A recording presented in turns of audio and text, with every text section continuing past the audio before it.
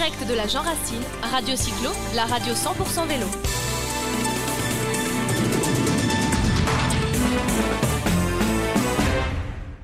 Quand on vient à la Jean Racine, on vient tout seul ou on vient en groupe. Et bien là, on a le président d'un groupe. Ils sont venus, je ne sais plus à combien il était ce matin. On reçoit Bernard Desmaries, qui est le président des Castors Grimpeurs de Jouy-en-Josas. Bonjour Bernard. Bonjour, ça fait plaisir de se retrouver. De se retrouver, les organisations. Alors tu organises aussi avec ton association, on en parlera tout à l'heure, la Jovassienne. C'est le 12 juin à Jouy-en-Josas.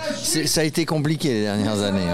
Très compliqué du fait que, ma foi, oui, la Covid est passée par là et puis en fait on n'a pas pu faire la manifestation, quoi. On a perdu. Donc compliqué pour faire des événements, compliqué aussi pour un club disons qu'on tournait à les premiers temps 1 kilomètre autour de chez nous. Heureusement qu'on a des parties boisées autour de Jouy-en-Josas et qu'on peut faire des petits circuits pour ceux qui avaient la possibilité. Voilà, mais c'était vraiment très difficile. Le tour du stade, vous le connaissez? Un peu, oui, tout à fait. Donc vous êtes venu, donc le club, il a perdu des licenciés, vous en avez retrouvé, ça s'est équilibré? Là, c'est assez stable. On a retrouvé, on est entre 45 et 50 licenciés sur le club des Castors Grimpeurs Jovassiens.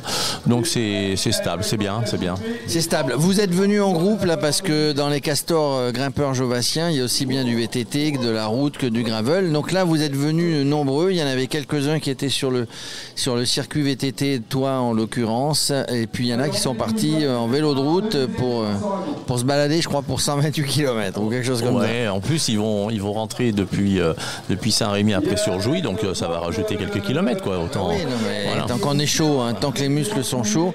Donc il faut toujours essayer d'avoir de l'imagination, des événements. Les événements, ça fait partie de la vie du groupe, de la cohésion du groupe, on va dire. Oui. Alors dans les événements, c'est vrai qu'on a pas mal d'événements, même au niveau de la commune de Jouy, puisqu'on participe nous aussi à l'organisation du Trail du Josas, qui cette année a été une réussite aussi, puisqu'on était 1500 participants. Donc un trail qui est maintenant réputé sur la région, sur le département. Et nous, on fait partie des partenaires et de l'organisation du trail. Donc on est dans le contrôle de balisage, sécurité des coureurs. Voilà, ça fait partie des activités du club aussi, d'aider à la vie de la commune. Voilà. Pour ça, il en faut des bénévoles. Oui. Là, on mobilise environ, pour le trail, on était une vingtaine, et puis pour la Jovassienne, on en parlait tout à l'heure, on va être environ 70. Voilà, donc là, c'est pas uniquement les adhérents, mais aussi la famille, les proches, les amis, enfin, tous ceux qui peuvent être présents pour nous aider. Voilà. Alors justement, la Jovassienne, le 12 juin, elle s'est arrêtée pendant quelques temps, puis elle revient. Voilà, elle revient maintenant avec des parcours, trois parcours de VTT et une nouveauté cette année. On va avoir un parcours gravel. Voilà, donc on lance le gravel aussi sur la Jovassienne avec un parcours de 60 et quelques kilomètres, on va dire 62. Et puis sur le VTT, des parcours entre 25 et 52 kilomètres. Voilà, avec un parcours intermédiaire de 38 km. Voilà, donc très varié, on peut faire ce qu'on veut. On avait vu à la Jovassienne, quand on avait fait un plateau, il y avait un champion du monde de triathlon, non c'était quoi? De cross, run on bike. Oui. Ouais. C'est un Jovassien, il est du coin? Tout à fait, il est de Jouy, oui. L'année d'avant, il était champion de France, et puis après, il est parti sur l'Espagne faire les championnats du monde, et puis il a réussi à être dans les masters, donc champion du monde. Voilà. Et puis là, cette année, il s'attaque, je crois, pour aller à être sélectionné sur Hawaï aussi, sur une course. Alors, je ne sais plus le nom exactement, je ne le dirai pas pour ne pas me tromper comme ça. Il est licencié chez vous? Non, il n'est pas licencié chez nous. Alors, qu'est-ce qui lui arrive? Mais disons que je pense que nous, comme la plupart des clubs qui sont adhérents à la FF Vélo, puisque nous sommes adhérents à la FF Vélo, font pas de compétition. Alors il y a certains des Jovassiens qui étaient au club et qui sont partis après sur des clubs FFC pour faire de la compétition.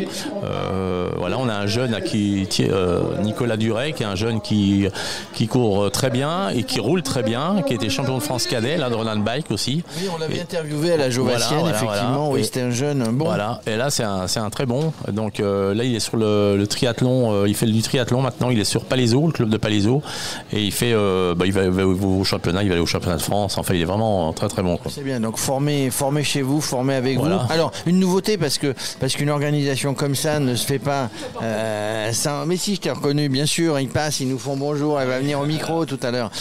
Donc du coup, c'est une organisation, il faut travailler avec les bénévoles, il faut travailler avec les élus, et avec les élus, c'est main dans la main, j'allais dire. Et il y a une petite nouveauté qui arrive sur Juan-Josas. Alors oui, la petite nouveauté par rapport à la commune de Juan-Josas, eh bien on va mettre en place une base VTT, FF Vélo, donc qui va faire partie des 80 bases, sauf erreur de ma part, 80 bases VTT de France. Là, on est en train de mettre ça en place avec la commune de Jouy. Donc là, on aura... C'est un label, je précise, qui est donné par la FF Vélo. Voilà, il y a tout un cahier des charges avec un marchand de vélo très proche, des commerçants très proches, des lieux d'accès, circulation, train aussi. Là, on va être basé à l'office de tourisme de Jouy. On aura donc en fait, on va procéder avec des panneaux qui seront positionnés, des panneaux d'information sur les randonnées qui seront positionnés à l'entrée de l'office de tourisme, avec la possibilité de télécharger par principe QR code les différents tracés. Voilà. Puisqu'en fin de compte, on n'aura pas du tout de balisage sur. Alors c'est ce que j'avais demandé. Voilà. Il n'y aura pas de balisage. Par contre, on peut télécharger la trace. Tout à fait. En allant à l'office du tourisme, enfin la base VTT, on peut télécharger la trace et ensuite, on suit son petit téléphone où ça montre connecté. Voilà. Donc là, on est en train de déposer le dossier auprès de la FF Vélo. On va voir toutes les parties autorisation administrative aussi, ONF, département, préfecture, donc par rapport à toutes les autorisations pour pouvoir mettre en place tout ça.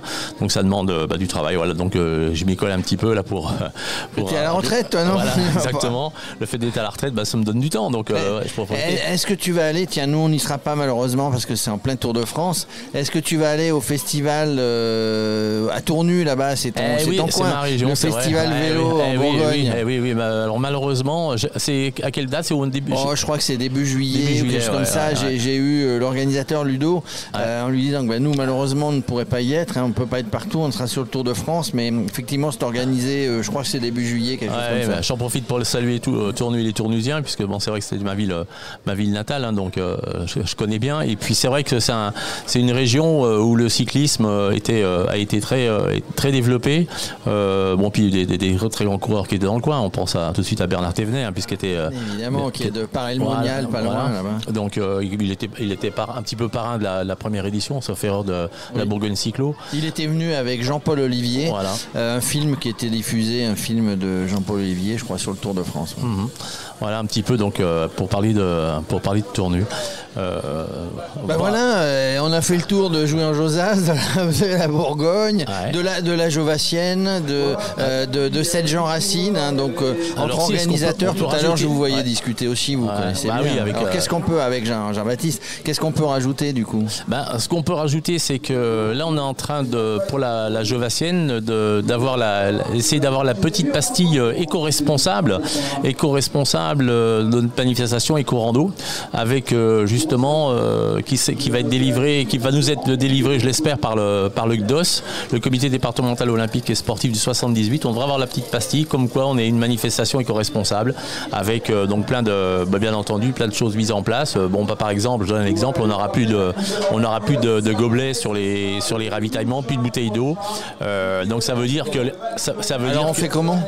Ça veut dire que les vététistes, ils vont sortir leur gourde, ils vont sortir leur camel bag, ils vont sortir peut-être leur petit verre en plastique, leur petit verre en plastique qu'ils auront dans la poche, mais en fait il n'y aura plus du tout sur les ravitaillements d'objets plastiques. Voilà, on va diminuer tout ça, donc ça sera on aura des jerrycans qui vont être réutilisés régulièrement tous les ans, ou des grosses citernes d'eau.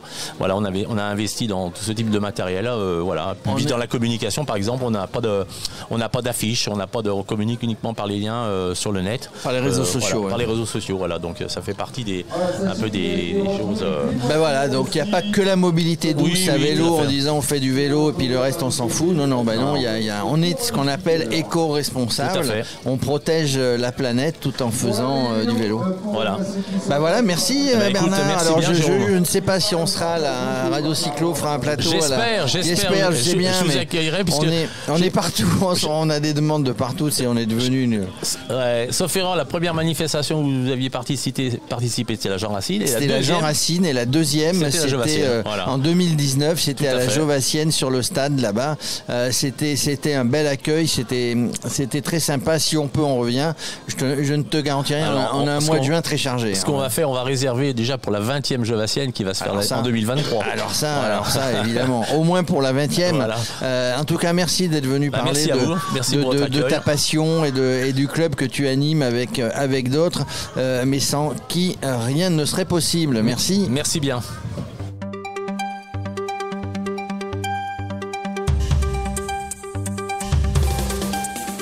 En direct de la Jean Racine, Radio Cyclo, la radio 100% vélo.